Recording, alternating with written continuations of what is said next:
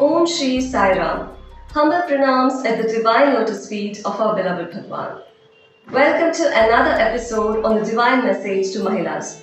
Today, let us analyze the role of Mahilas as Vedam chanters. Swami says that in the present times, women are discouraged from learning and chanting the Vedas. But this was not so in the earlier yugas. The Vedic education of women was given a lot of importance earlier. In the Jnana Vahini, Swami asks some basic questions about women acquiring spiritual enlightenment. If we reflect upon those questions, it makes us realize how people have been misinterpreting things and misguiding everyone. Swami asks, doesn't the Holy Ramayana declare that Shabari acquired Brahmajnana? Is that statement false? Coming to this Kali Yuga itself, who doesn't know that the scholarly wife of Sureshwaracharya, Ubhaya Bharati, contended with Jagadguru Shankaracharya himself in a philosophic discussion on Brahman? Anyone who wants to be free from the illness of Ajnana can acquire Brahmajnana, says Swami. Jnana, once attained, destroys all kinds of impurities. Without any distinctions of status, class or gender, all are entitled to gain that jnana. If someone says that women are not entitled to it, then why is it mentioned that Lord Shiva taught Vedanta to Parvati? Or how did Kapilacharya, the great yogi, teach the Sankhya philosophy to his mother Devahuti? Or how did Yajnavalkya, the great sage, impart the essential principles of Vedantic philosophy to his wife Maitreyi? Are all these famous examples mentioned in the scriptures of the Bhagavata and the Brihadaranyaka Upanishad false? They can't be false, isn't it? The scriptures where these facts are mentioned speak only the profound truth. Young and old, high and low, men and women, all are entitled to tread the spiritual path. Swami asks, who are in urgent need of medical treatment? Those who are badly ill, isn't it? So too, those who are groping in ajnana, the ignorance, are first entitled to undertake sadhana, leading to the acquisition of jnana. Why feed those who have no hunger? Why give medicines to those who are not sick? Brahmajnana has emanated to cure the illness of ajnana, says Swami.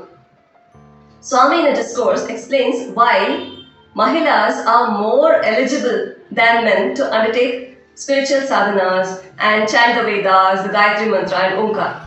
Swami says that Mahilas are embodiments of the cosmic energy, the Shakti, the very nature of creation, in the very design of the cosmos, in the way the universe was created, explains this. We know that before creation, God alone existed as pure consciousness, which we call Brahman or Purusha.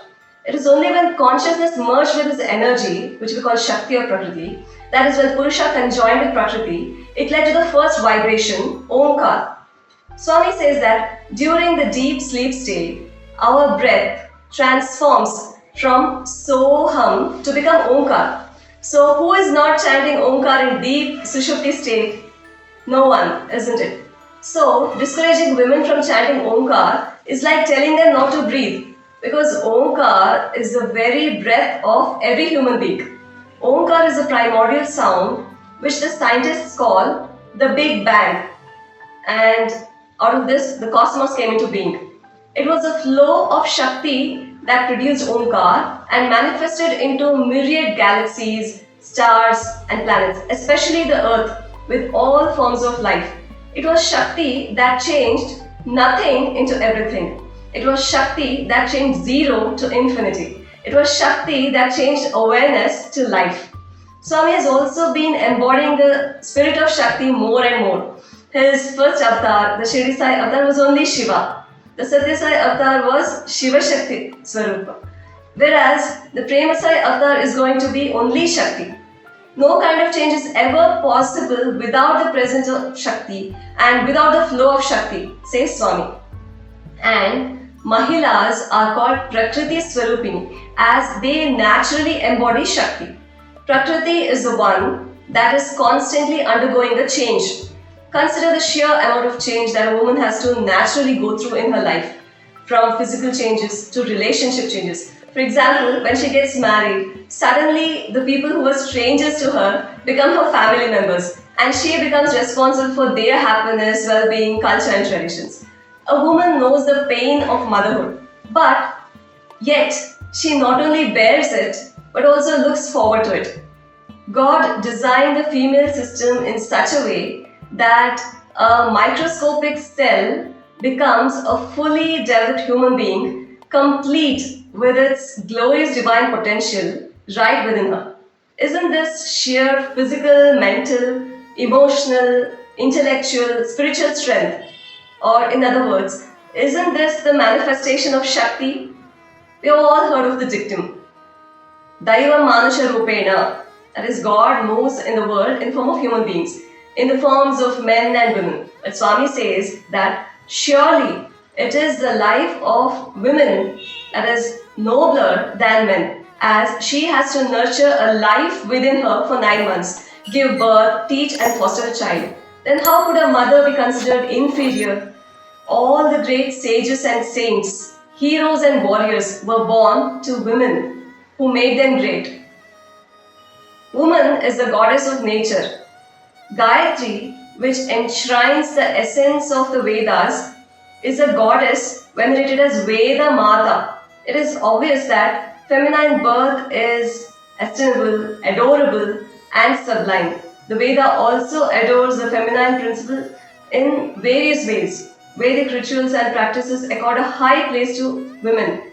In Bharat, we revere women as the embodiments of Shakti and believe that the presiding deity of the Vedas is Gayatri Mata, the feminine deity, also known as Savitri and Saraswati. Women are also adored as Satyavati, Anyavati, Angavati and Nidhanavati. Swami says that even Padma Shri award was originally intended to honor women achievers. Jantunam Narajanma Dullabham.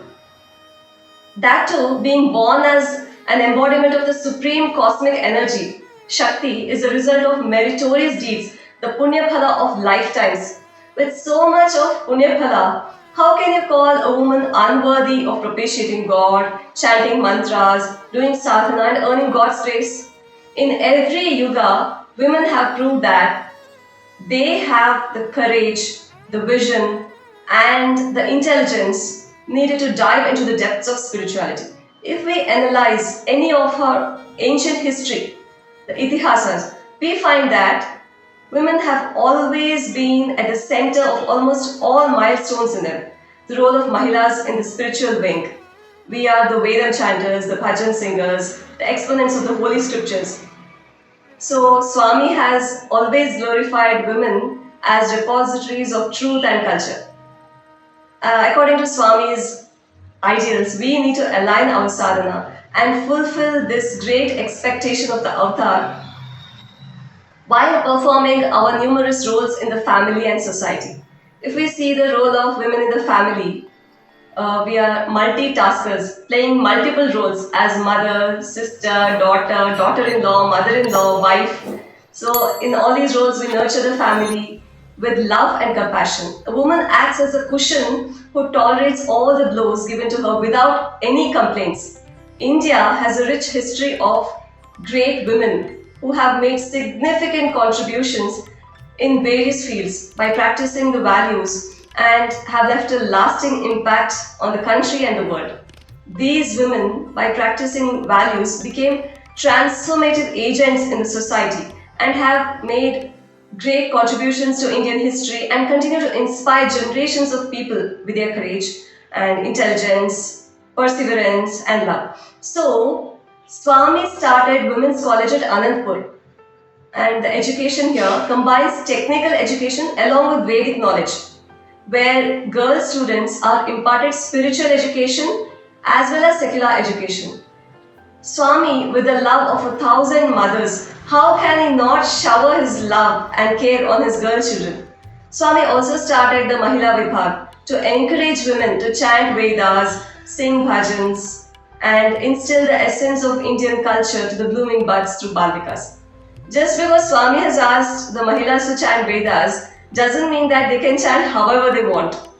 For example, instead of chanting Medha in Medha Sutta, if we chant Meda, Meda in Sanskrit means the adipose tissue or the body fat. So, if we pray God to grant us more fat instead of Medha, which literally translates as wisdom, Medha Shakti. Just imagine what would happen to women who are conscious of reducing their body weight.